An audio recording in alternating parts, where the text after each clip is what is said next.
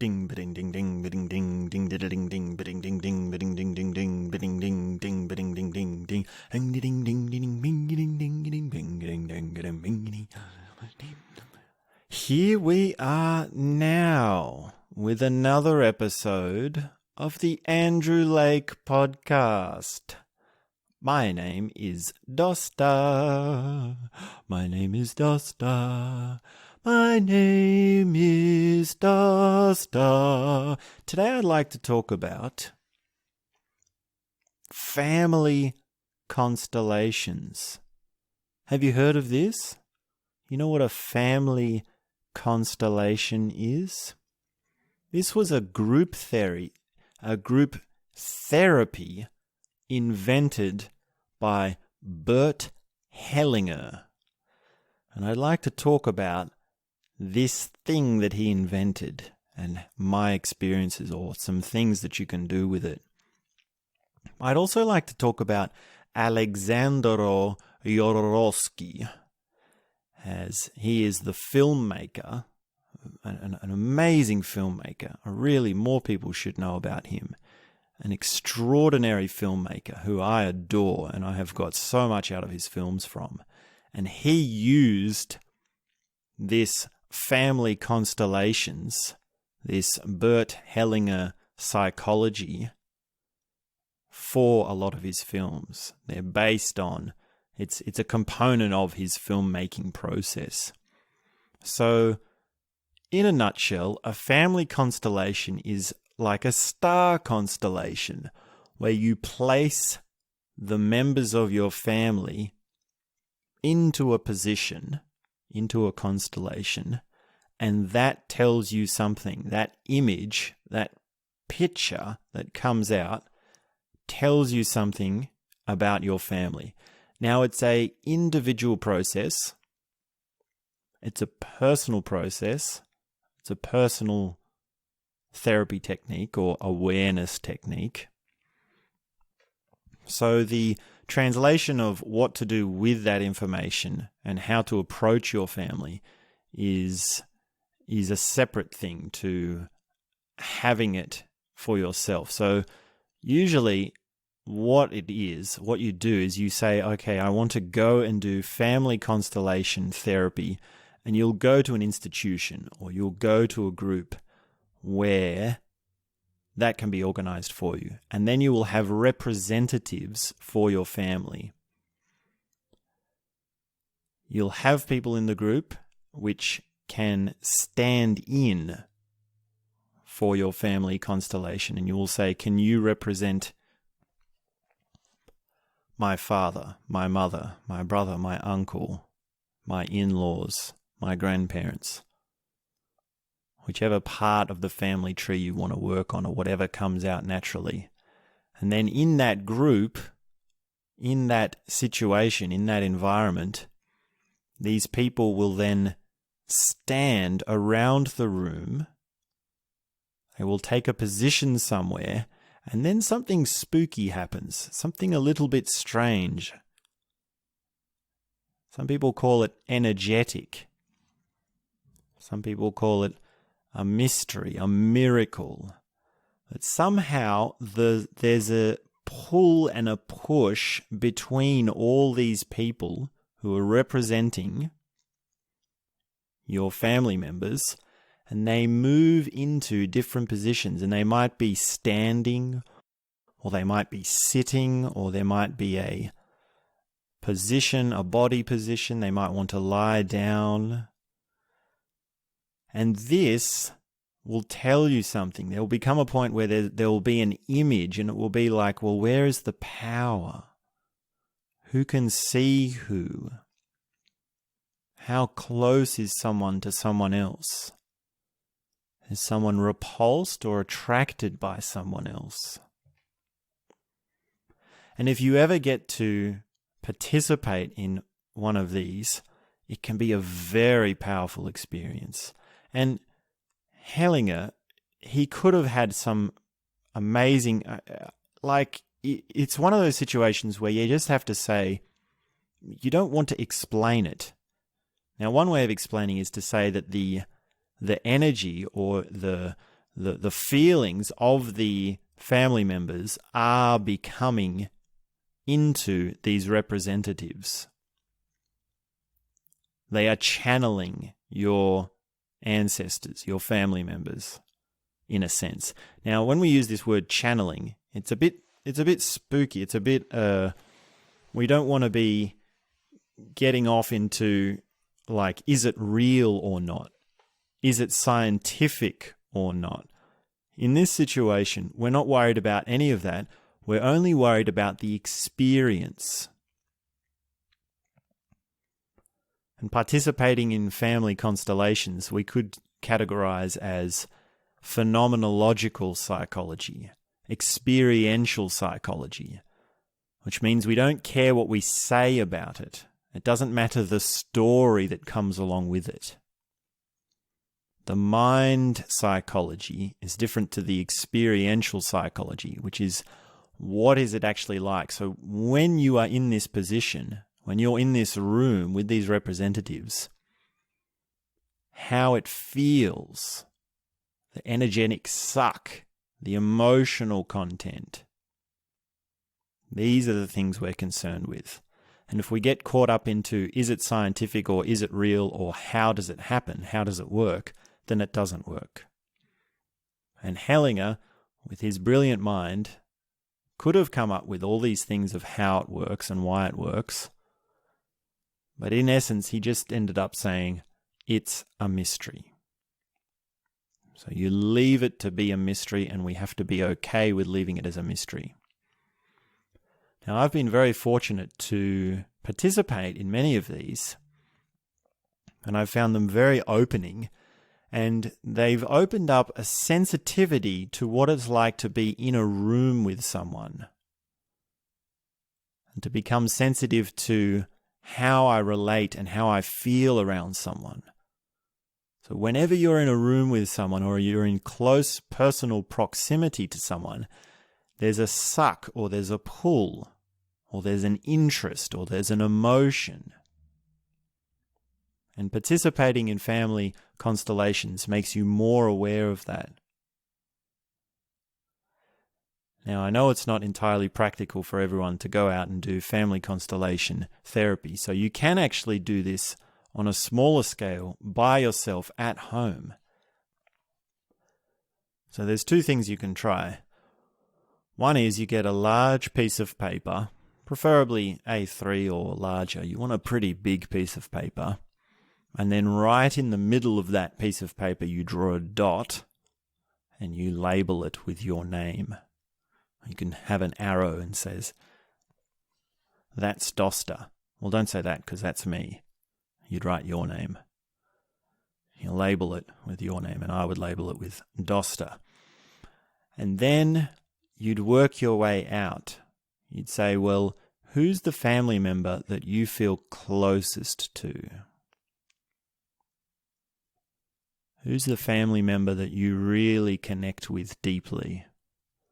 Who's the family member that you know the best and they know you the best?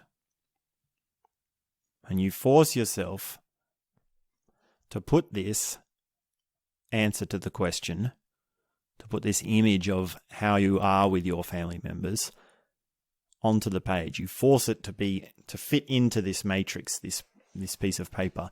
And then you work your way out. Well, who's the second most person you feel close to? And you don't have to do it in this order. You can do it in the order by, well, start with your mother. Are you close to your mother or not? And then your father.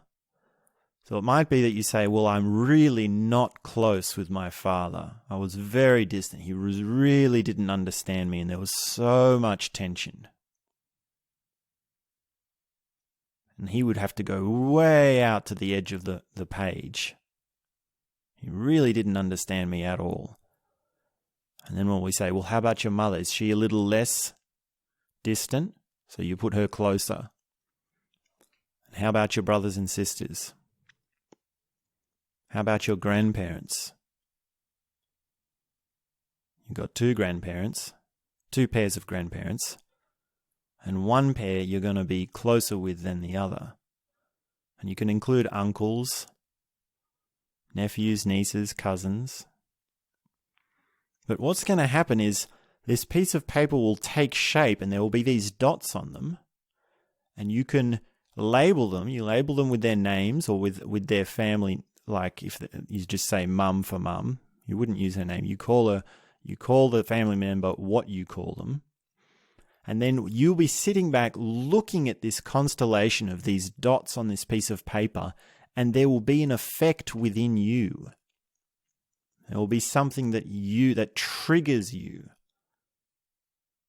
And you can even move it around to say, well, now I'm doing my mother and father in relation to me, but how are they together? Now, would they be very distant but together? Or would they be on opposite sides of the paper, as they're not close to each other? And you sort of have to intuitively do this. You have to feel it. And the reaction that's going to come is going to open up some things, and it's going to help you to visualize your family structure, your family conditioning. And this is just a broad one. This is just an opening one, because then you can go on to say with specific issues like, well, you can say sex, or you can say money, or you can say family history, or the war trauma. And for each of these individual things, you can draw on a piece of paper and say, well, which family member is most likely to talk about sex with me? Or which family member feels comfortable the most about money? And where do we stand as a family on war and how war has affected us? You might have to go back a few generations to get a clear picture of that. And then you can say at a specific time of life, well, let's do a family constellation and say, what were we like at a specific time of my life? When I was a child, where would these names and these dots on this piece of paper be? When I was a little child, where would they be standing in relation to me? And then you can do it again as a teenager. And that difference, there will be a difference, the difference between the picture you paint, the dots you draw on your piece of paper as a child, and as when you are a teenager or a young adult, that will tell you something about the nature of your family. That will create insights in you. And it's a personal thing. It's up to you. But at least that's something to help break open this thing of family conditioning, your family relationships. Now, self-talk therapy is another way to go about it. But this is different to that. I mean, it's one thing to say, talk about each of your family members or write in your journal about family members. That does something. There is something in that as well, but this is a different approach. So drawing on the pieces of paper is one way to do this. And then another way to do it is to have objects represent your family members. So if you have stuffed toys like your teddy bear, then you need quite a few. You need a collection of teddy bears. Then you can use them and you say, you are representing so-and-so, my father, mother, brother, sister, and you place them in the room. And the good thing about this is then you can step into the energy field. And it can be very simple. It can be, say, if you don't have teddies, you can use a pillow or something. You can say, this pillow represents my mother. It's less effective, but it's still, you can still use those objects. Any object will do, really. If you're sincere with the intention and you really you put in, when you talk to the pillow, if you actually go up to the pillow and say, will you represent to be my father for this family constellation? And then you hold it and you look at it and you say, this is my father, then that will trigger it. That will open it up. And then to make it simple, you can do something like have your mother on one side of the room and your father on the other, and then you stand in the middle and see what it's like to turn and face one of them, and then to turn and face another. Now, if you're doing this with real people, it's very powerful. But if you're doing it at home by yourself, it still has an effect. And then you can see, how does it feel to move towards one? How does it feel to move away from another? And then we can introduce dialogue to it as well to add another complex, which is, what would you say to your mother? Or sometimes in these family constellations, the therapist will say, they'll feed you dialogue and then ask you how you feel to say that. How does it feel to say that? And it might be that it doesn't feel right to say certain things. They might say, I don't want to say that. And even that in itself is enough to trigger something and to cause an insight. So pieces of paper, drawing dots on it, and having objects in the room are two things you can do to test this out at home. I think it is quite an expensive therapy. From what I've heard, the pricing, I guess, depends on where you go and who's providing the therapy, but it's such a powerful technique and it involves so much when doing with real people, actual people, that it can get a bit pricey. So try it by yourself first. And actually, the first time, if we can turn our attention, our conversation to Yorowski, then it was the first time I saw this was in an interview with Yorowski. So he was in this room, and there were about 50 people or so. And they were all sitting around watching to see. They wanted to hear this man talk. They wanted to hear his promotion and hear his philosophy of movie making for his latest film. And what he did was he picked the cameraman out of the audience. So the interview was being filmed, and the first person he picked on was the man behind the film. And he said, come up here and stand on this stage. And with this man, he did a family constellation.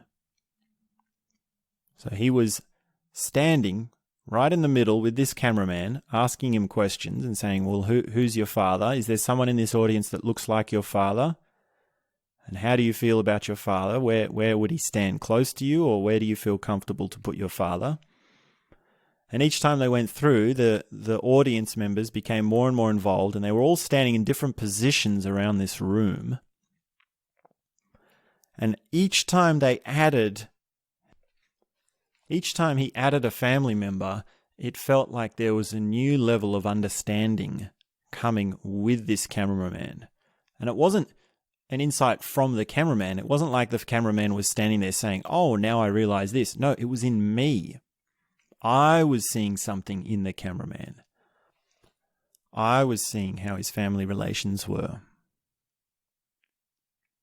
And if you've seen any of these Jodorowsky films, they deal a lot with these family relations, and each scene has, he's big on symbolism as well, but he also has the different moments where he's confronted his family, or he's had a pinnacle moment with his family. And another thing family constellations do is they open up the dynamic of your intimate relationships. So if you understand that your boyfriend, girlfriend, husband, wife, your significant other partnership, the relationships that you have are based on your family dynamics, then you can draw this connection between the family constellation dynamic and what you do with your intimate relationship, how you relate to your significant other. And Jodorowsky has this film called Fondo and Liz, and it's about these lovers, this boyfriend-girlfriend, and how they relate to each other. And Liz is lame. She can't walk.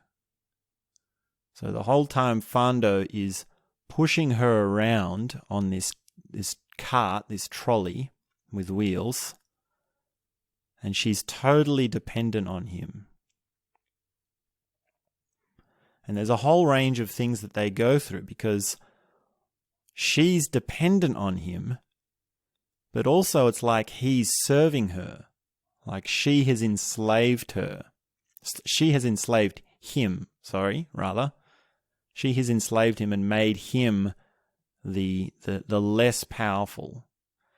And then, of course, he gets upset, he gets angry, and he says, without me, you'd be nowhere, you'd be stuck. And then he leaves her. He leaves her in the middle of the desert. She's stuck there and she can't move at all. She's miles from anywhere. And he just runs away. He says, I'm fed up with you. Another time he leaves her in the mud. And then another time he comes back and he says, oh, I'm so sorry. So this neediness, this dependency on someone or dependency on our significant other, or this playing the victim, playing how there's something wrong with me, that's a strong dynamic. That's something you want to be aware of. That's something you want to see, and you want to see where it comes from.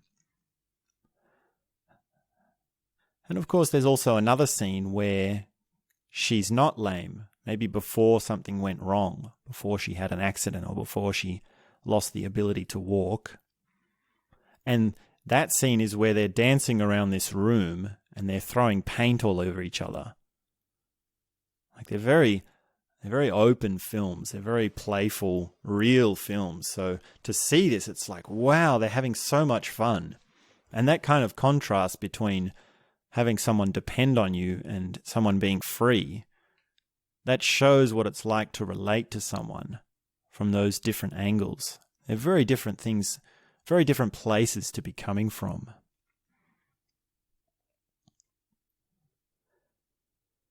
And then there's also a scene where they're traveling along the road and this circus comes along and they sort of get tied up in this circus. They become a bit involved and there's a lot of chaos. There's a bit of going back and forth, and somehow Fondo and Liz are separated.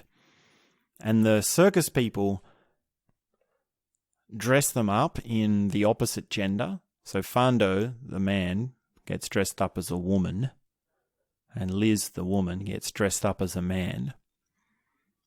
And it's done in such a way that you couldn't really recognize them.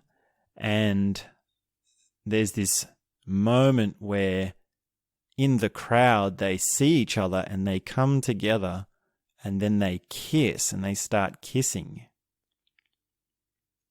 And then as they're kissing, Liz starts what does she do? She starts rubbing Fondo's breasts and then she realizes they're fake breasts. And then, Fondo is doing something with Liz's, there's a moment, there's a beautiful moment where they both realize, oh, you're not who you said you are. So this thing of, attraction and, who are you really?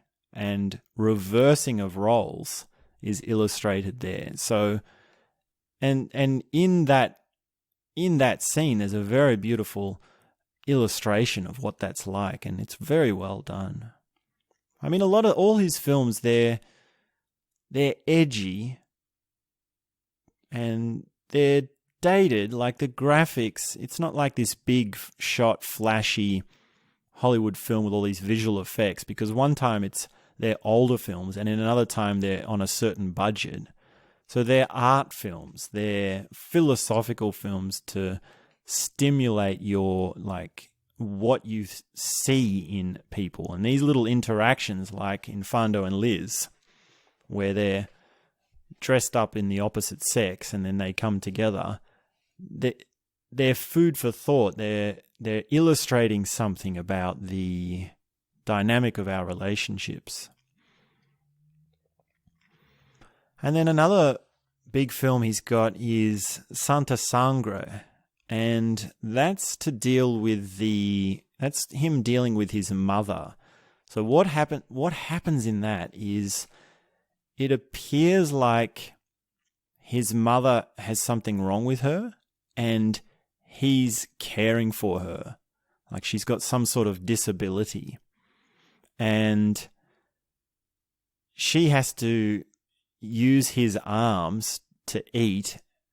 And so he's standing behind her, putting his arms through, and you can see her having a meal, and her body and her head is there, but it's his arms because he's behind her.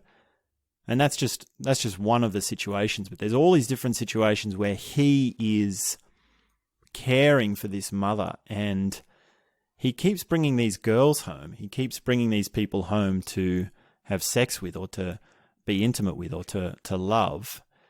And then she ends up somehow killing them, and he ends up somehow killing them. It always goes wrong in multiple twisted and tricky ways. It never works out. And how many relationships are like that, where you go to meet the in-laws and the mother has something to say about their little boy? Why are you taking your little boy from me? That's a family dynamic that is very powerful. This is something to be aware of. Oh, I hate the in-laws. Your mother doesn't like me.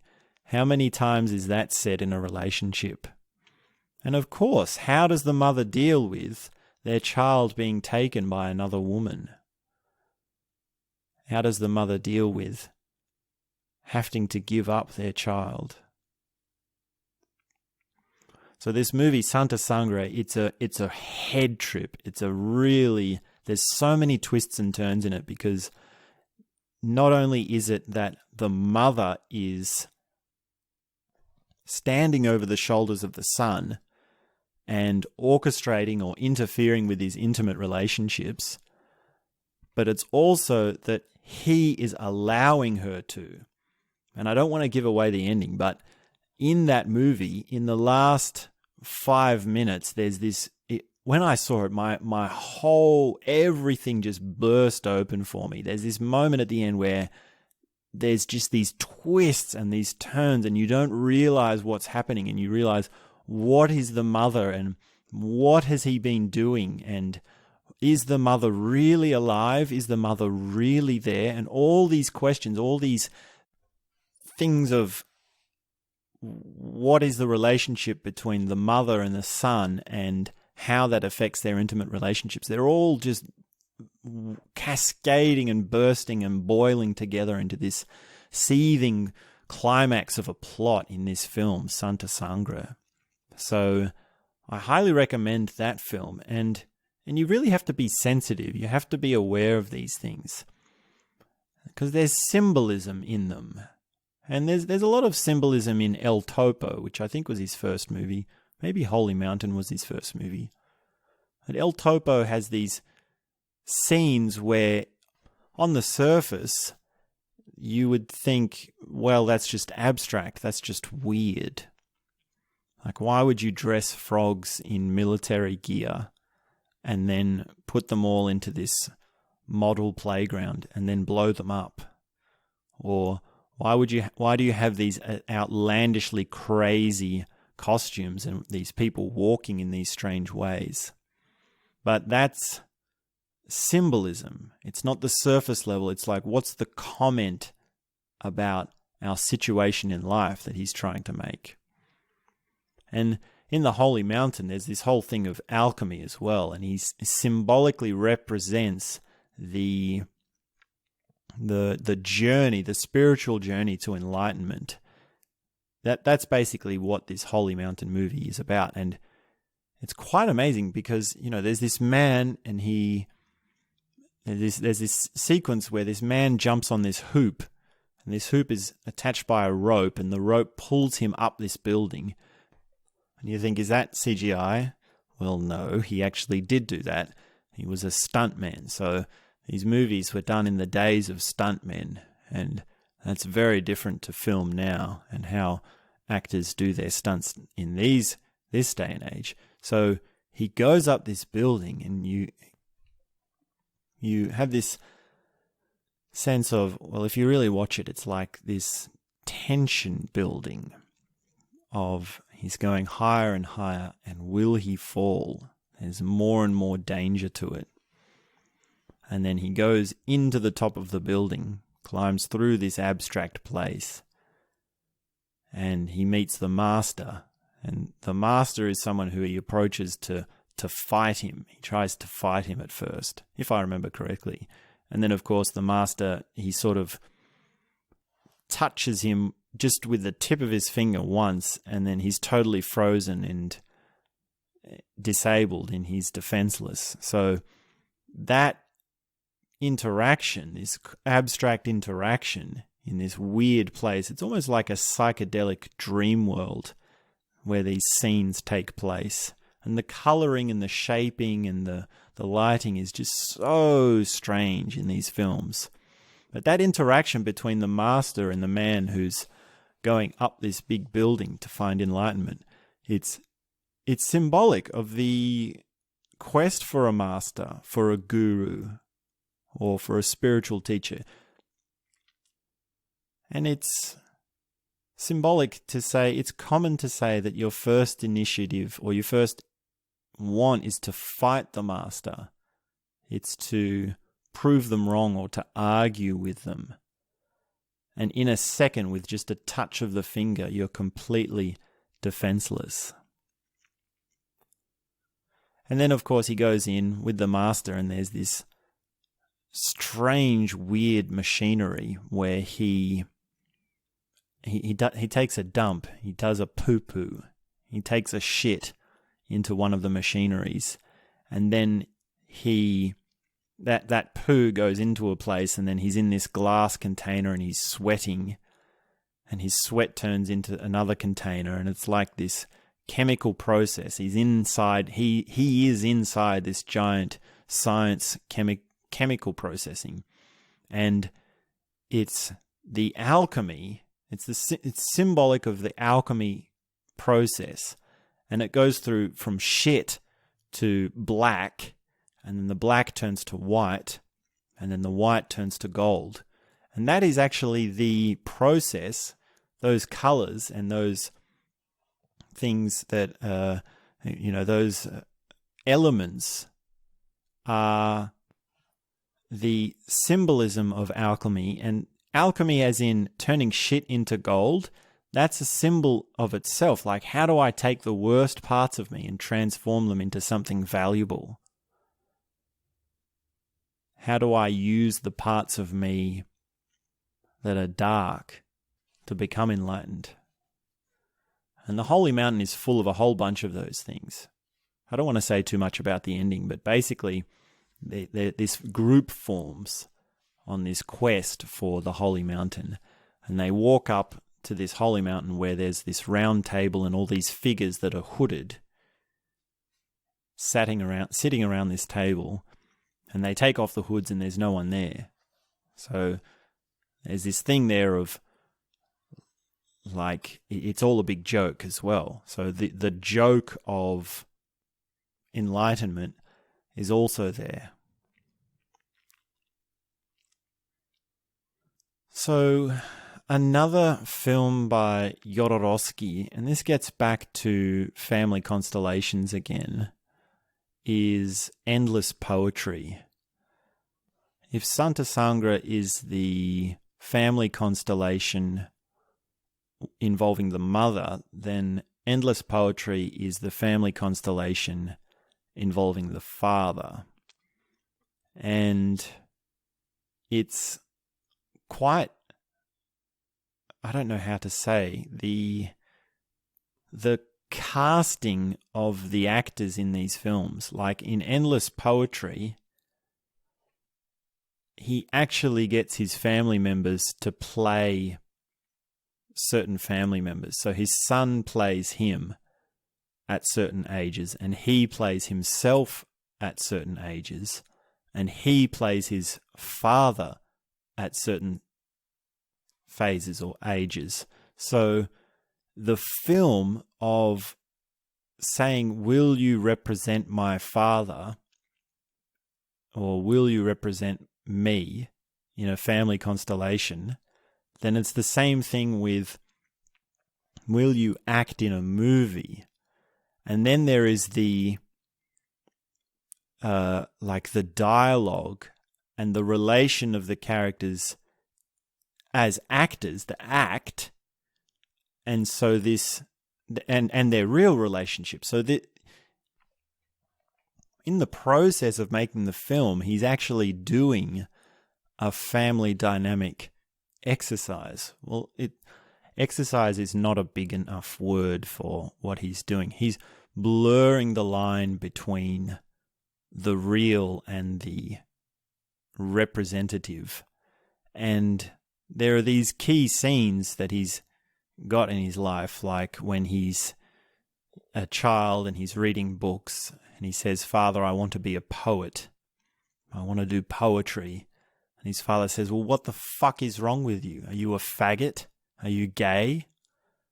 So this sexuality, and then of course he goes to learn poetry, and he meets this man, and this man and him become great friends, and there's this wonderful poetic connection between them.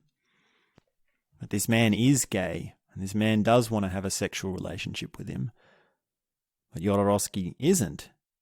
So that's one thread in the film, which is how your sexuality and your intimate relationships and what you want to do, what's your calling. So for Jodorowsky, it's to be a poet. And how that's connected with your family conditionings. And specifically in this case, the relationship with the father. How the father didn't understand him. How the father wasn't encouraging. And how the father unknowingly, most probably unknowingly, put on this negative idea of homosexuality. And it would really be up to Jodorowsky to know how he feels. And the beautiful moments in the movie are when he does know how he feels.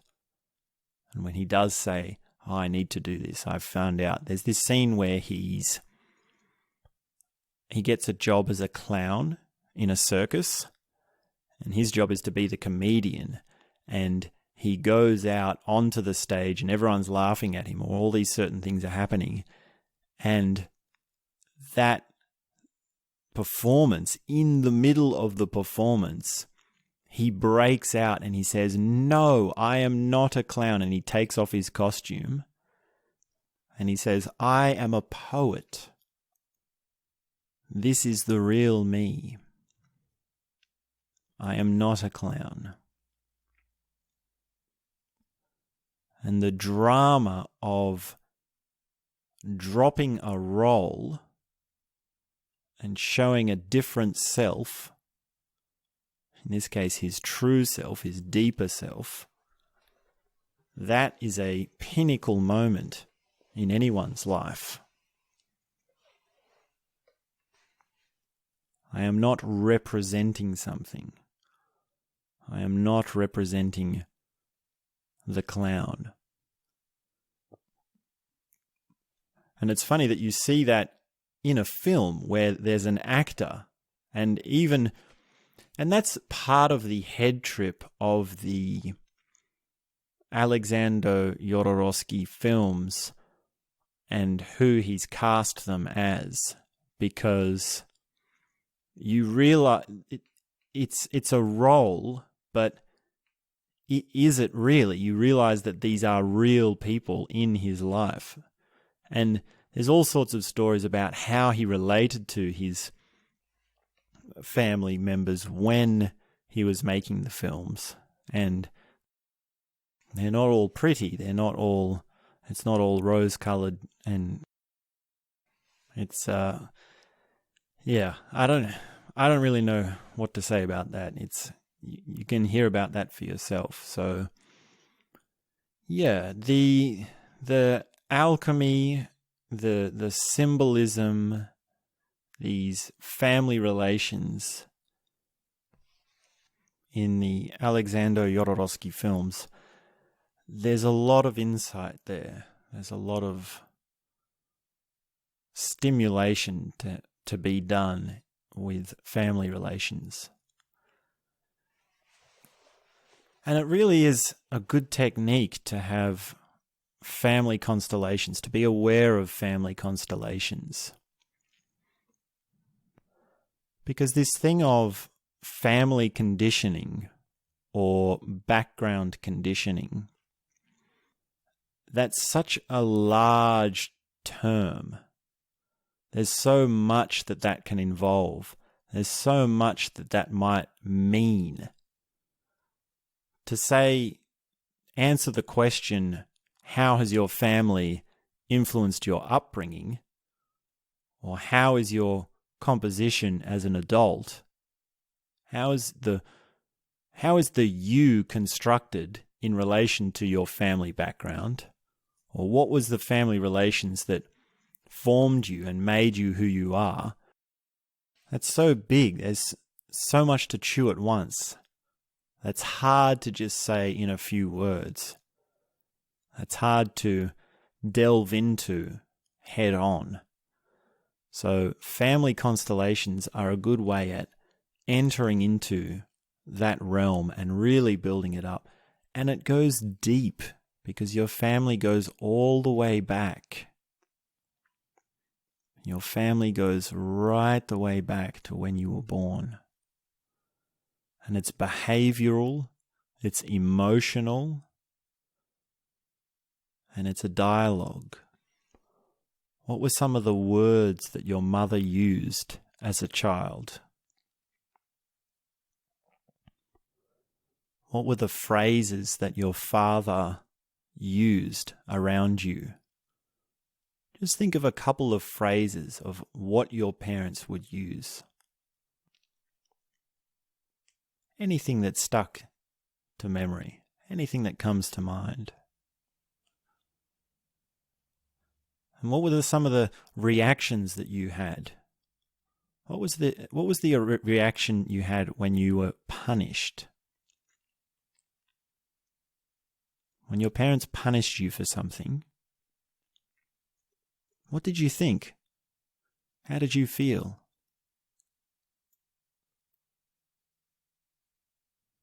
And that reaction is unique to you, and only you can know what that means for you.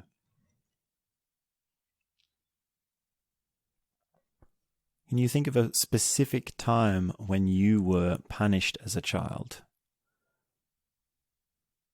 And what you were punished for? What did you do? And how were you punished? Were you hit, or were you verbally abused? Or were you grounded, where you said you can't go out? Are you told to stand in the corner? Did you have something taken away from you? There's a whole range of things which happen in our childhood which condition us for punishment.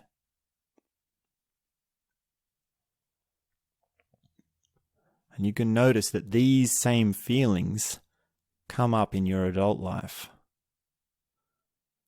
And you can reverse engineer your inner world composition by recognizing that this feeling, well, now that you know how you were punished and how it was as a child, you say, where does that come up in life? What causes you to feel that as an adult?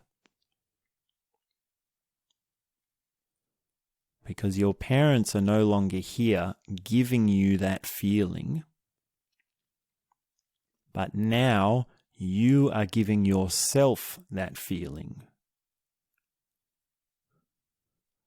You are the one standing over you and causing that feeling to happen when a similar situation arises, when a similar thing happens. And that's just some of the ways in which we can connect family constellations with our inner world, our current composition, which is just a fancy way of saying how we are. How are you? What are you like?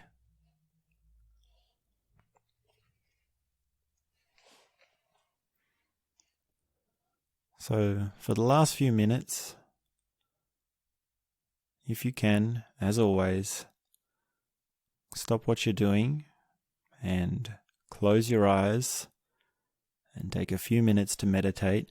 If you don't have time to meditate or have a meditative practice, which you should every day, at least meditate now at the end of this episode. You've been listening to words, and don't listen to so many words. Don't listen to so many talks. Just spend some time listening to silence. So here now is a chance to just do that just for a few minutes. Close your eyes, stop what you're doing, sit down, and listen to the silence. Take some time to let yourself go and to meditate and come back to being quiet. And that's all I have to say for now.